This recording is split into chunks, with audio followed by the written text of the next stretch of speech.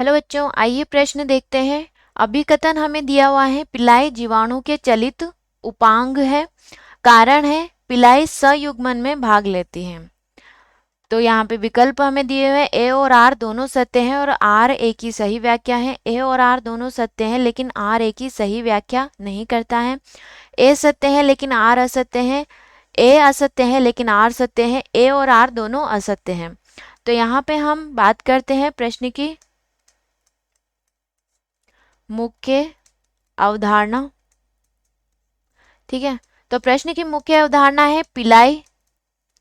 पिलाई एक संरचना होती है जो जीवाणुओं की कोशिका भित्ति के ऊपर पाई जाती है।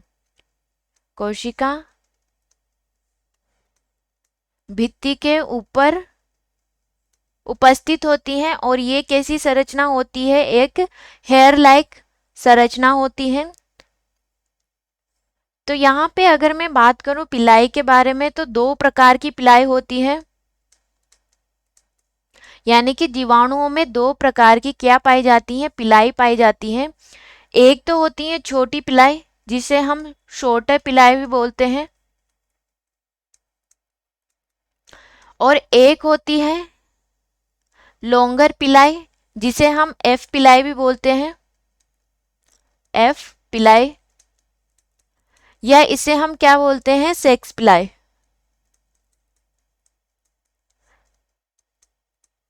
ठीक, तो जो एफ पिलाई होती हैं बच्चों, वो क्या करती हैं? ये दाता जीवाणुओं में पाई जाती हैं। किस में पाई जाएगी? दाता जीवाणुओं में पाई जाती है। और ये किस में सहायता करती है? सयुग्मन में सहायता करती है। सयुग्मन में सहायक होती है। ठीक है, और वहीं अगर मैं बात करूं छोटी पिलाई या छोटे पिलाई में, तो ये किस में सहायता करती हैं? ये चिपकने में सहायक होती हैं। चिपकने में सहायक होती हैं। ठीक है, वहीं अगर मैं बात करूं कि जो पिलाई है,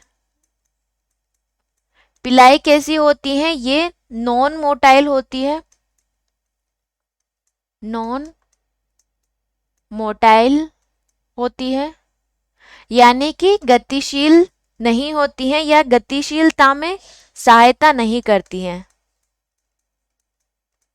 गतिशीलता में सहायक नहीं होती है, नहीं होती है। ठीक है, तो यहाँ पे हम एक बारी अपना कथन और कारण देख लेते हैं। कथन हमें दिया हुआ है कि पिलाई जीवाणु के चलित उपांग होते हैं।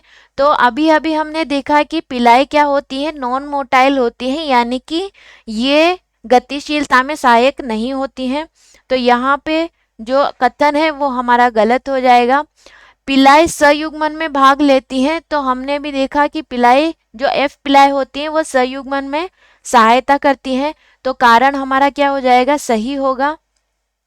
तो यहाँ पे विकल्प क्या होगा कि ए असत्य है लेकिन आर सत्य है।